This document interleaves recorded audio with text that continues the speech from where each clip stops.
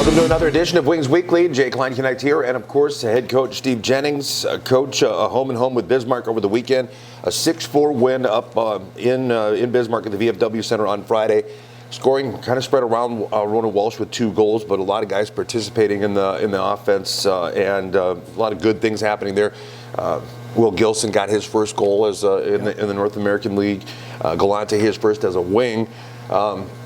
You got to like the way things went Friday night overall, I would imagine, huh? Yeah, I thought our energy was really good, and that's an interesting trip, right? We leave here early, so eating and getting everything set up, and having the guys ready to perform. It's a bit of a puzzle to put together, but it was good. I was happy with the overall result there. I thought our energy was good, and I thought our commitment to finishing the game was really good as well. Mm-hmm. And that's something that you've been working on, and something that you're trying to be able to achieve, is put together a consistent game. And I thought Friday night really was. Come down home on Saturday night, which ends up being a 3-2 loss in a shootout. But what's funny to me is that it seemed like a really similar game, and the real difference was shots that were going in the back of the goal on Friday night weren't on Saturday night. Yep.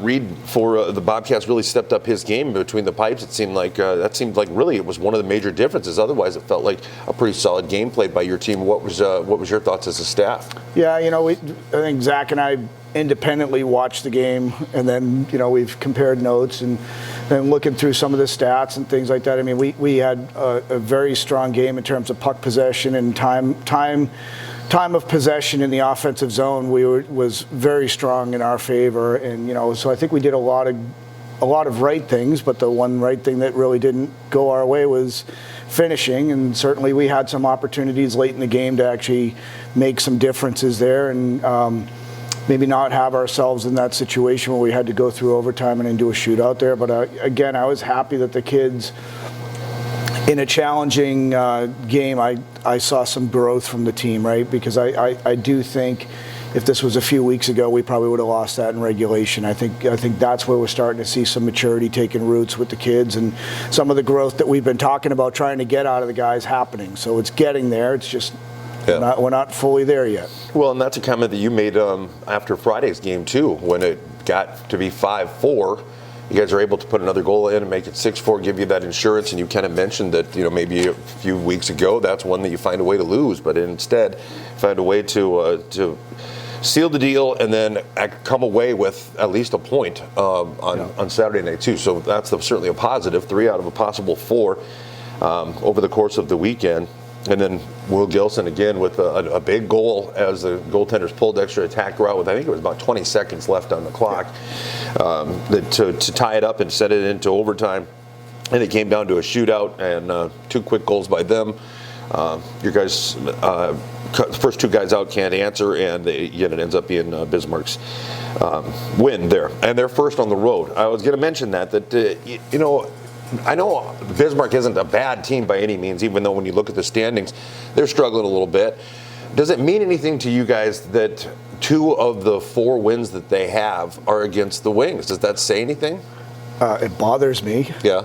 I don't know that it says anything. I think to a point.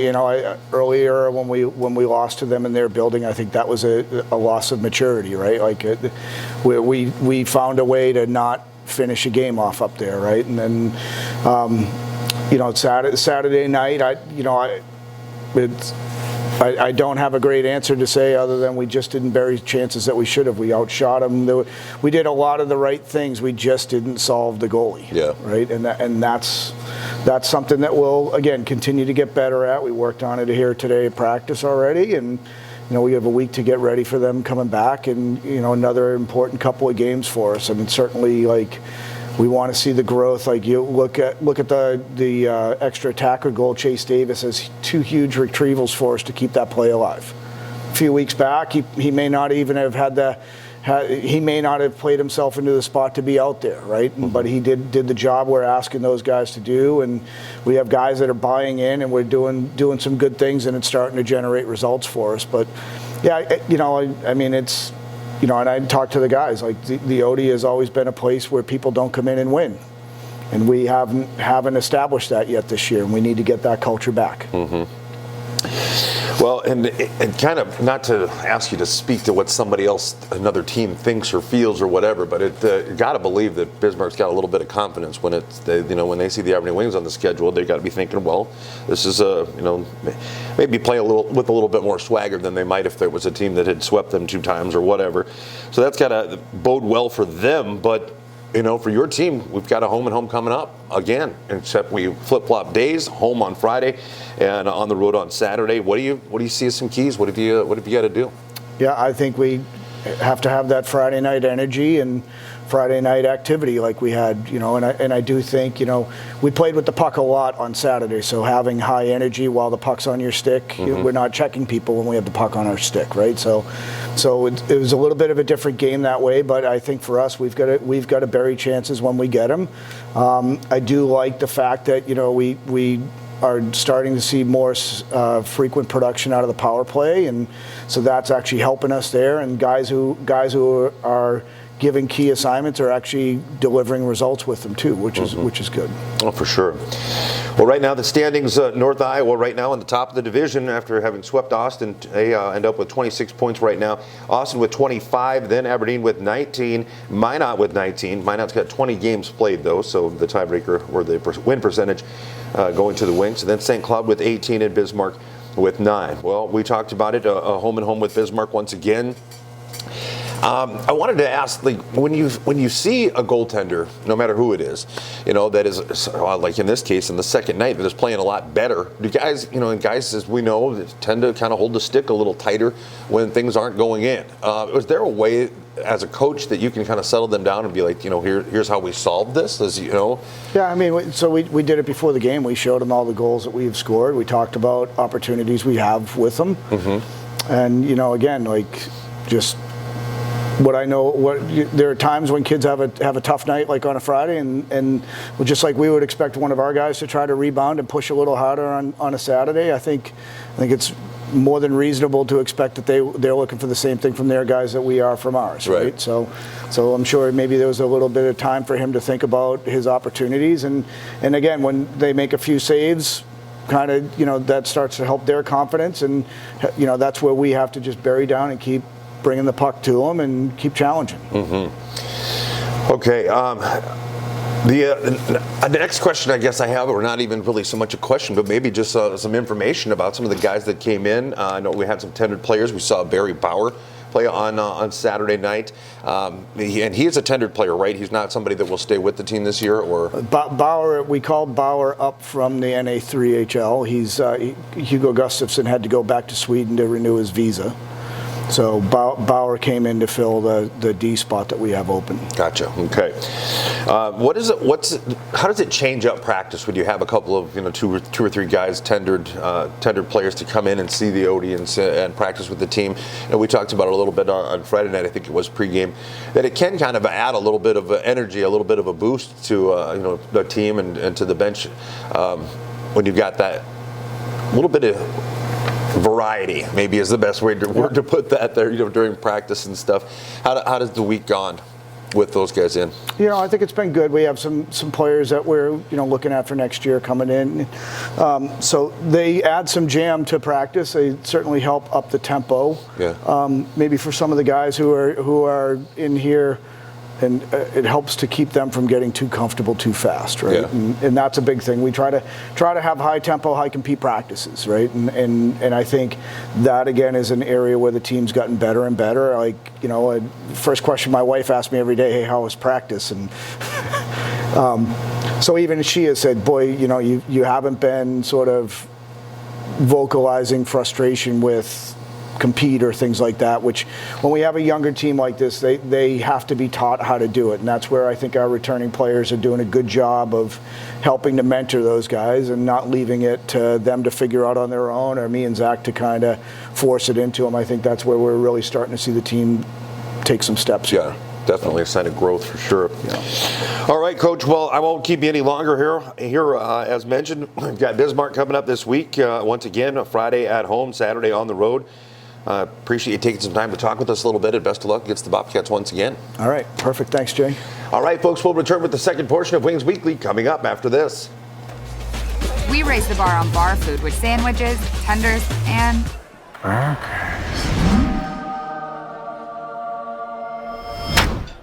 more where this came from. To the greatest of all times. Welcome back to Wings Weekly as the second portion continues on, and as usual, a player is joining me. This time it is Will Gilson of Old Greenwich, Connecticut. Will, thanks so much for coming on the show. Thank you very much. Appreciate it. Yeah. So I just want to talk to you a little bit about how you got started in hockey, most recently in the NCDC, and you had a big weekend here this last week, and your first goal is in the North American League on Friday night in Bismarck, and then, boy, a huge one to send the team to overtime on Saturday night here at home. How did that? I hate asking players how it felt, because I know it felt good to be able to tie things up with 20 seconds left, but that's got to be a pretty exciting moment for you, huh? Yeah, it was very exciting. Obviously, it was big for the team to get an extra point. Obviously, a little disappointed we couldn't finish it off in overtime. Or the shootout. But yeah, it felt good, and an important point for us to pick up. Yeah, for sure. Well, tell me a little bit about your family life and so on. You're obviously Connecticut, near the Atlantic Ocean. I'll get to some of your interests and hobbies and stuff, but I would imagine that it's worlds away from Aberdeen, South Dakota. So, tell me a little bit about how you got started playing hockey. Were there some influences, maybe, a brother or somebody like that played? Yeah, for sure. Like most kids, I got an older brother, so he kind of fell in love with the game and then just followed him along. But yeah. I think that is interesting. Generally, if it's not a brother, it's a dad or somebody. There's somebody in the family that kind of, got a player's interested, because it's not all that often that you have somebody that knew nobody that ever played, and then they just decide one day, okay, I'm going to put skates on. So, as I mentioned, you're in the NCDC. How did you become an Aberdeen Wing? How did that process work? Coach Jennings and Coach Lang last year did a little bit of recruiting on me. Ended up deciding to stay in the NCDC, stay at home because of COVID and everything. But obviously had it in the back of my mind the whole entire time, and knew this was the place that I wanted to be, and that it was the next step to get me to college. Excellent. Well, certainly glad to have you. What were your first impressions of Aberdeen when you first got here?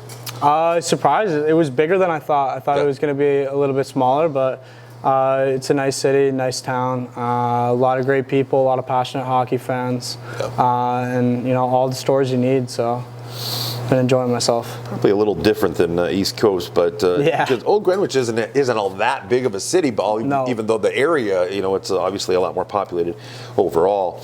How would you define your style of play? Are you kind of a grinder, or are you more of a playmaker? What would you say?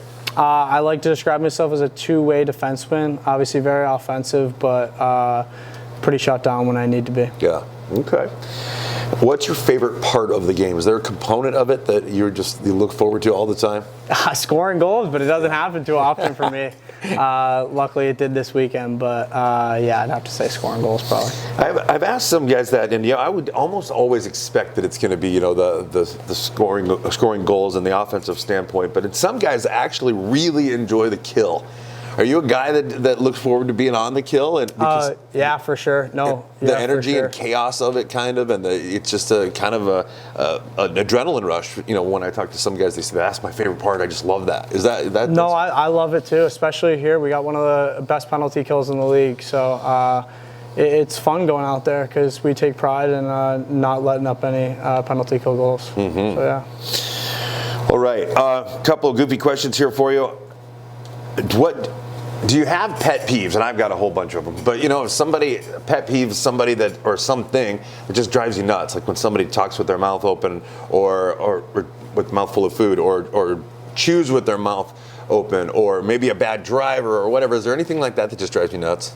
When people don't use their blinkers. Yeah. My dad doesn't use their blinkers, so yeah. Shout out to Dad. He does not use his blinkers, so that's probably on him. But yeah, definitely that. Slamming on the brakes behind somebody because you didn't know they were going to turn. Probably that one. Brake check, yeah. Well, and I always think it's a consideration thing. Like if I know that somebody's turning, I would have been able to go. But now I think they're going, so I have to wait. And then they go ahead and turn, and you're going, that would have been nice to know. So yeah. I get where you're coming from there for sure. All right. How about superstitions? Do you have any superstitions on a game day? Any kind of a ritual that you have to go through? Yeah, a little bit. Like I do like right skate before left skate, right shin pad before left shin pad, stuff like that. Nothing too major. I've been sticking to the same routine this year a little bit though, so it's been helping me out, stay consistent. So yeah, a little bit, but not too much. Nothing too crazy. All right. Of anybody in this locker room, if you had $100,000 in a briefcase, who in this locker room would you be the most likely to trust them with it? That they're not going to lose it, they're not going to take it, they're not going to, that you feel like they're going to take good care of it. Kevin McKay, trusty D partner. Yeah, for sure. Trust him with my money. Okay. Now, the flip side of that, who in this locker room would you be like, no way am I letting them hang on to my wallet or whatever? Because they're going to lose it. They're going to forget where they put it or whatever. Nate Mann, he wouldn't forget where he put it. He would know. He just wouldn't let me know. So probably Nate Mann. All right. A couple of other quick goofy questions here for you. Would you rather wear a tuxedo t-shirt, you know the kind? Yep. A tuxedo t-shirt for an entire year, or wear a tutu, a pink tutu for 1 month? Tutu like a ballerina wears? I like dressing up, so I'll go for the tutu for a month. I can't wear that shirt for a year. I like wearing good clothes. So. Nice. Yeah. I got to tell you, that surprises me a little bit. I thought people would go for the T-shirt because they don't want to wear the tutu, but yeah, no, I don't like that T-shirt either. So. Like ripping a Band-Aid off, just get it done. Yeah, just get it done. Yeah, nice. 1 month of pain. Would you rather give up social media or eat the same meal for an entire year? Give up social media. That's the easiest one ever. Really? Yeah. Not an Instagram guy, not on all the time. Yeah, I use it a decent amount. You get a lot. Like I guess kids nowadays get a lot of their news and stuff from social media. A lot of hockey clips, hockey highlights, stuff like that. Sure. But food and fashion for me. Food and fashion. Nice. All right. Well, Bismarck coming up again here Friday and Saturday. Friday at home. I just talked with Coach Jennings a little bit about the fact that Bismarck has two wins against the Wings of their 4. It's probably got to give them a little bit of confidence. They get their first road win here at the Odie, and defending the Odie is something that the Aberdeen Wings have taken really seriously. What do you guys, as a locker room, as a team, what do you have to do to be able to secure a win here Friday and hopefully Saturday too? We just need to stick with it. I think we've been getting better. We've been taking steps each week.